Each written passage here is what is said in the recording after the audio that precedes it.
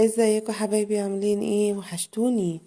عاملين ايه في السقعة دي؟ الجو تلج والواحد عايز يعمل حاجة بقى يتدفى بيها. فقمت عملت ايه؟ صينية بطاطس بالكفتة. بس طعمها كان خطير. وحبة ريش وكفتة.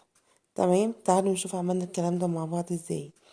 انا هنا معايا كيلو الا ربع كفتة. طبعا بيبقى فيها نسبة من الدهن، ما بتبقاش كفتة حمرا خالص. تمام. حطينا عليها بصلة مبشورة.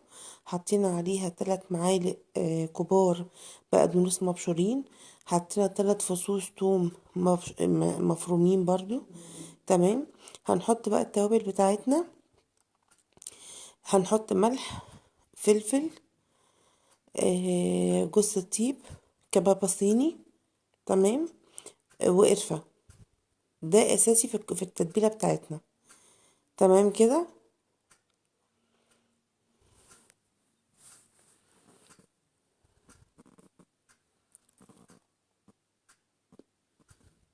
وبعدين كمان هنحط فوقهم آه 3 معالق كبار مفرومين.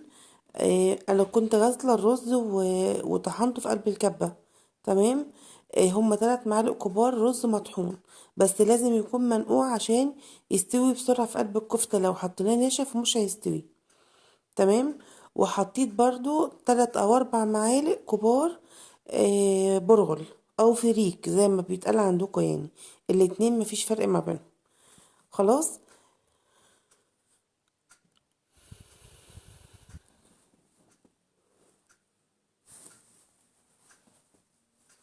انا كده اهوت بحط الرز. تمام. انا حطيت الرز كله على فكرة، انا هنا بقيت شوية بس رجعت حطيتهم تاني.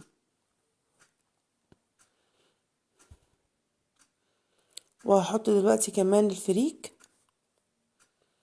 يبقى كده الكفتة بتاعتنا عبارة عن كفتة بصلاية، 3 معالق بقدونس كبار، 3 معالق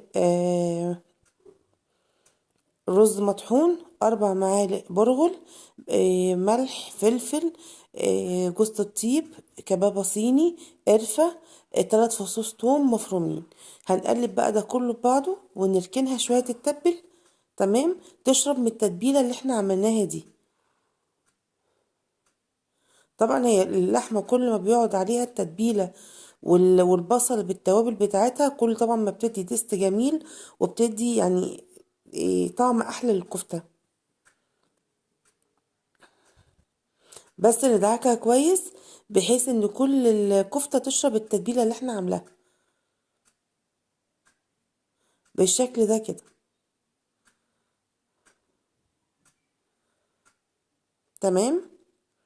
هنا بقى هركنها حوالي نص ساعة وهبتدي بقى ايه اشتغل فيها. انا هنا جبت صينية تيفال او ألمونيا، بس تكون يعني تحاولي ان هي ما تلزقش في قلب الصينية. تمام. بصبع بقى، هصبع الكفتة دي كلها مع بعض عشان هحطها على النار من فوق.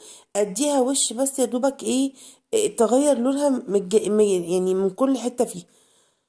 اغير بس لون الكفتة يعني تحمر حاجات بسيطة، مش اللي هي احمر، مش هسويها سوا كامل يعني. يا دوبك بس اخدها لون بسيط بالشكل ده كده. انا هنا خلاص اهي خلصتها، صبعتها وخلصتها وحطيتها على البوتاجاز. تمام.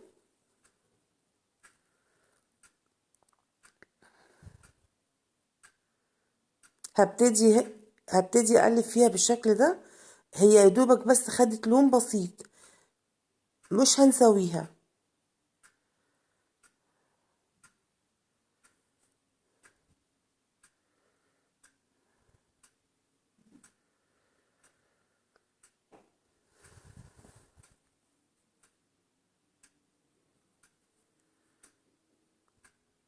شايفين نزلت دهون قد ايه؟ الدهون دي احنا هنستعملها، مش هتترمى ولا هيجرى لها حاجه. كده خلاص قلبتها على كل الجوانب وخدت لون. هطلعها بقى من قلب الصينيه. تمام.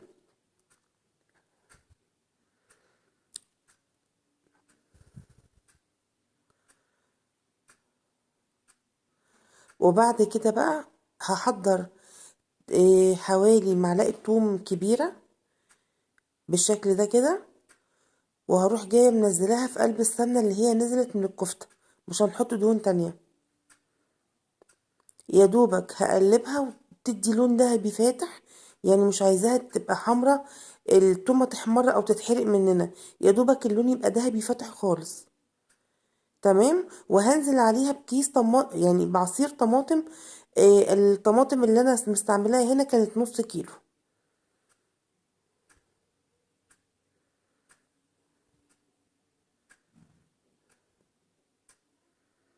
كده هي لسه ما خدتش لون، هنقلبها لغايه ما تاخد اللون اللي احنا عايزينه. وهنزل دلوقتي بالطماطم دي، الطماطم اللي انا كنت خزنتها عندي وعرفتكم انا بعملها ازاي. تمام.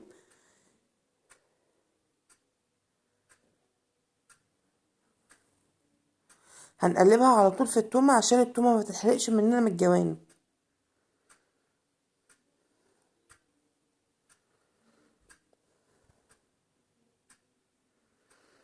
وهسيبها بقى ايه تتسبك لوحدها كده على جنب. هنا بقى جبت طاسة فيها زيت. تمام. وكان عندي هنا بطاطس قطعتها مكعبات بالشكل ده كده.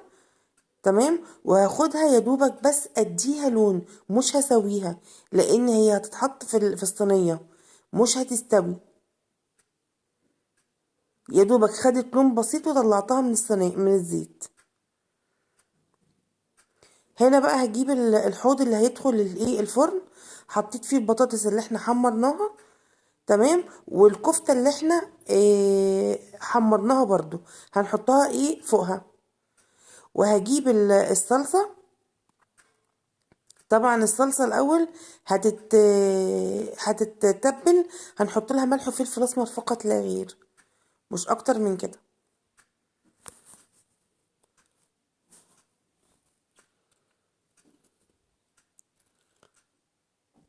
وبعد كده الصلصة دي اصلا انا كنت ضايفه لها كمان كوباية مية عشان البطاطس تستوي كويس. كده خلاص حطيت الملح والفلفل وزودت كوباية المية، وهنزل على الايه الكفتة بالبطاطس. تمام. هنغطي الكفتة كلها بالبطاطس بالصلصة، وهنغطي وشها بورقة فويل، وهندخلها الايه النار.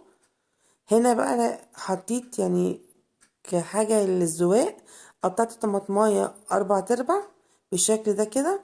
والفلفل بالمنظر ده برضو ايه حطيت نص فلفلاية بالشكل ده كده. قفلت عليها كويس ودخلتها الفرن على الشبكة. تمام. انا بحط الشبكة على اول رف بعد الارضية على طول، وبتبقى على نار عالية عشان البطاطس تستوي. بعد كده اما تستوي البطاطس اروح جاية ايدلها الشبكة بس تحمر. في الوقت ده بقى انا هحضر تتبيلة الريش. انا معايا هنا طماطمايه وبصلايه، وحطيت ملح فلفل ورق لورا حبهان مستكه جوز الطيب. تمام. خل وزيت. دي التتبيله بتاعه الريش. وطبعا عشان انا هشويها على الجريل مش هشويها على الفحم، فحبيت ان انا اصفيها عشان التفل ده ما يتحرقش ويمرر الريش. ماشي. هنا بقى احط الريش في قلب التتبيله. هي كانت جامدة استنة بس انا اتعاملت يعني، وطلعتها وفكتها كلها.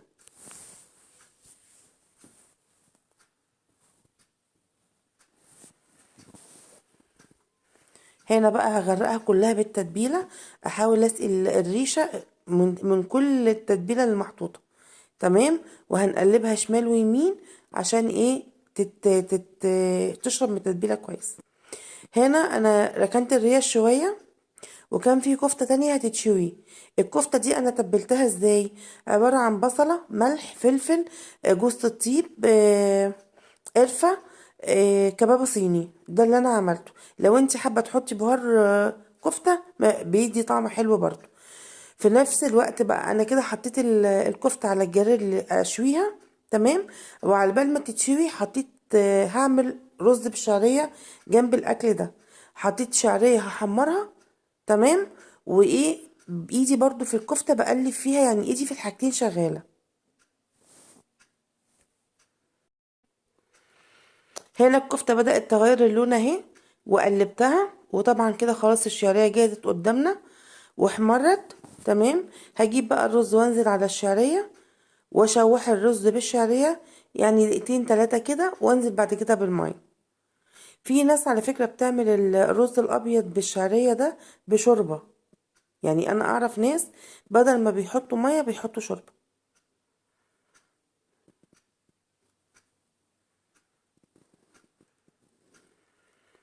هنا بقى خلاص شوحت الدقيقتين تلاتة بتوعنا ونزلت عليهم بالمية،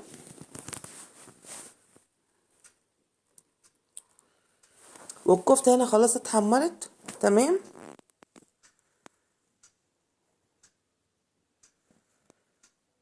هغطي بقى كده خلاص على الرز لغاية ما يغلي ويستوي ايه معانا. هنا بقى الكفتة خلاص اتحمرت، هشيلها بقى، هرفعها من على النار.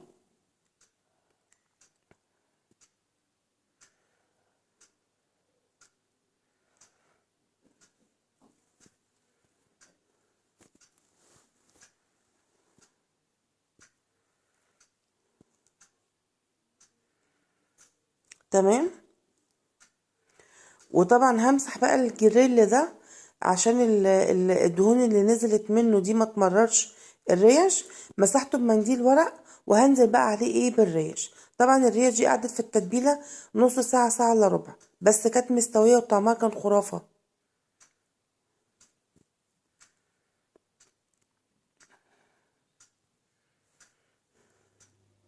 بالشكل ده كده. ومش من هنقلبها الا لما تاخد لون. طبعا الجريل يكون على نار عالية عشان الريش ما تنزلش مية.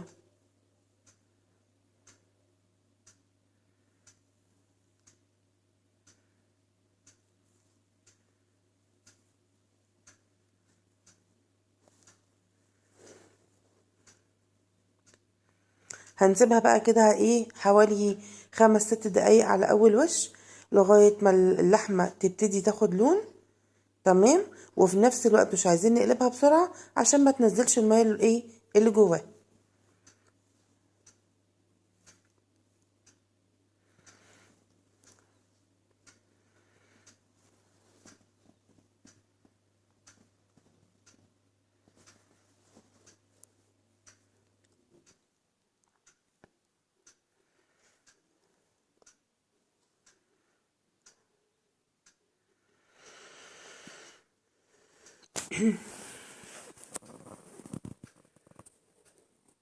هنا كده بقى خلاص، المفروض ان انا هبتدي اقلب الايه الريش كده خلاص اهي، خدت لون الوش الاولاني خد لون.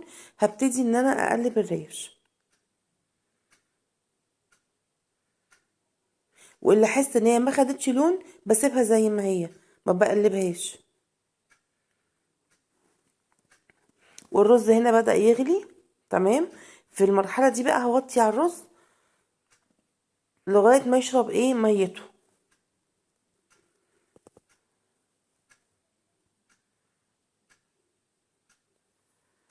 وبرضه هسيب الوش التاني حوالي 10 دقايق.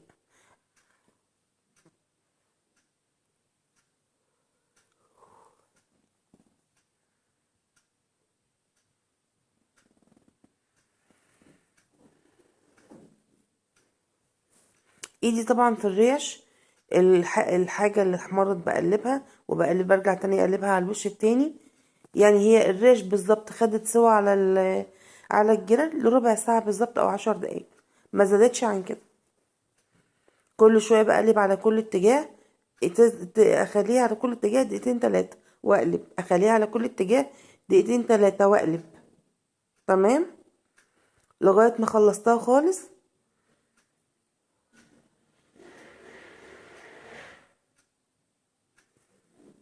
كده هنا خلاص الرز شرب ميته، بقلبه وبوطي عليه خالص يتشمع بقى ايه براحته، مفيش مشكلة فيه.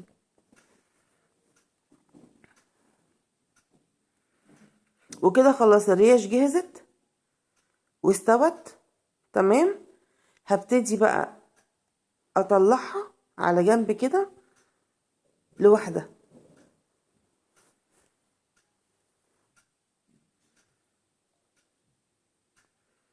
كده خلاص هتترفع من على النار لان هي خلاص استوت. تمام.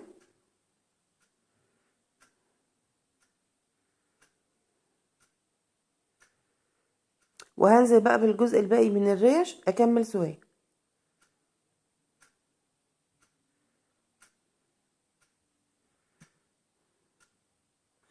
كده طبعا خلاص الطاجن اللي احنا عملناه كان طلع من الفرن بقى بالشكل ده. وكده خلصنا اكلنا النهارده. تمام. وده شكل الاكل بعد ما خلص. يا رب يكون الاكل عجبكم النهارده، وتعملوا لي لايك وسبسكرايب وتشجعوني، ما تحرمش منكم يا رب.